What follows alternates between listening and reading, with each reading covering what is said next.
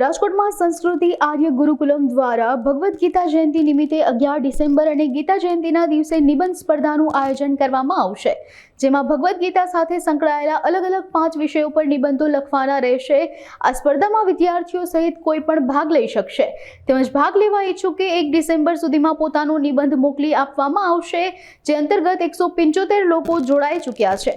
વિજેતાઓને ગીતા જયંતિના દિવસે ઇનામ પણ વિતરણ કરવામાં આવશે। લોકો ભગવદ્ ગીતાના જ્ઞાનથી માહિતગાર થાય તે હેતુથી સમગ્ર આયોજન કરવામાં આવ્યું છે। આ અંગે વધુ વિગત અબતક મીડિયા હાઉસની મુલાકાતે આવેલા સંસ્કૃતિ આર્ય ગુરુકુલમના સંચાલક આચાર્યએ પૂરી પાડી હતી। મારું નામ આચાર્ય મેહુલભાઈ, સંચાલક સંસ્કૃતિ આર્ય ગુરુકુલમ રાજકોટ। દર વખતની જેમ આ વખતે પણ અમે ભગવદ્ ગીતા નિબંધ સ્પર્ધાનું આયોજન કર્યું છે। તો એ સ્પર્ધામાં અત્યારના યુથને ઉપયોગી થાય, અત્યારના લોકોને ઉપયોગી થાય એવા અલગ અલગ વિષયો 5 પ્રકારના ટાઇટલ રાખ્યા છે।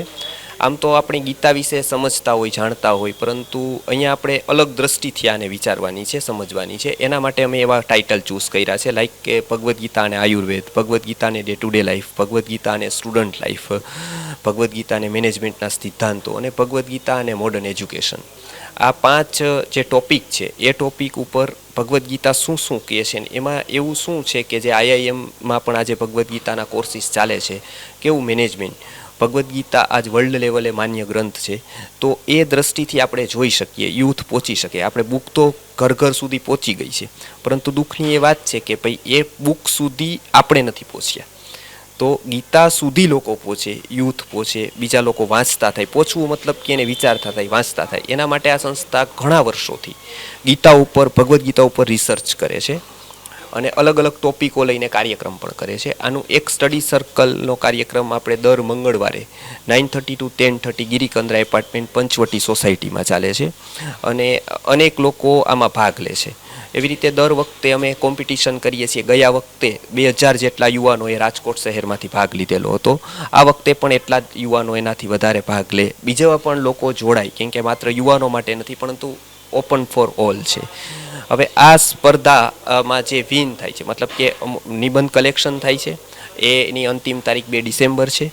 એ 2 ડિસેમ્બર સુધીમાં એ પોતે યા તો ગૂગલ ડ્રાઈવ ઉપર અપલોડ કરી દે ફોર્મની લિંકથી, અને અથવા તો એ પોસ્ટલ એડ્રેસ ઉપર અમારી ઓફિસ ઉપર એ લોકો કુરિયર કરી દે, તો અમે પછી એને ચેક કરી અને 11 ડિસેમ્બર સુધી માં ચેક થઈ જાય। 11 ડિસેમ્બરે ભગવદ્ ગીતા જયંતિ છે, એ જ દિવસે કાર્યક્રમ છે સિટીમાં। એ પ્લેસ હવે નક્કી થઈ જશે હમણાં, તો સિટીમાં કોઈ એક પ્લેસ ઉપર કાર્યક્રમ હશે, ત્યારે એનું ડિક્લેરેશન હશે।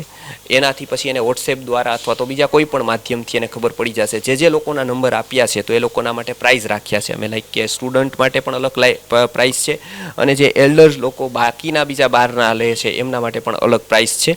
તો એ પ્રાઇઝ ડિસ્ટ્રીબ્યુશનનો કાર્યક્રમ ત્યાં થશે, એટલે કોઈ પણ વ્યક્તિ આમાં ભાગ લઈ શકે છે। બધા લોકો આમ તો જોડાય, પણ ખાસ કરીને યુથ, કોલેજના લોકો, એમના માટે અમે બધી કોલેજોમાં ગયા છીએ અને કોલેજમાં પણ આનો પ્રચાર કર્યો છે। અને જે લોકો બહાર, જે લોકો બીજા બધા લોકો જે ઇન્ટરેસ્ટેડ છે, એની ઈચ્છા છે, જે લોકો આમાં રસ ધરાવે છે, કોઈ પણ આમાં જોડાઈ શકે।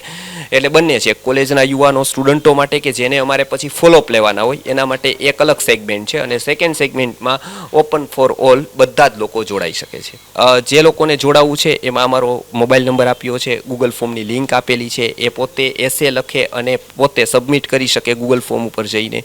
અને સેકન્ડ કે એમને કોઈ પણ ખબર ન પડે તો કોલ કરી શકે, અથવા અમારા પોસ્ટલ એડ્રેસ એમાં આપ્યું છે અમારું, જે જેડ શોરૂમની ઉપર સોલિટેર બિલ્ડિંગમાં છે, ત્યાં એ લોકો એ કુરિયર કરી શકે। તો કોઈ પણ રીતે એમાં બધી જ માહિતી છે, તો એ કોલ કરીને પણ એ જાણી શકે અને એ ઇઝીલી ત્યાં સબમિટ કરીને પોતે પોતાનો નિબંધ લખી અને ત્યાં સબમિટ કરી શકે।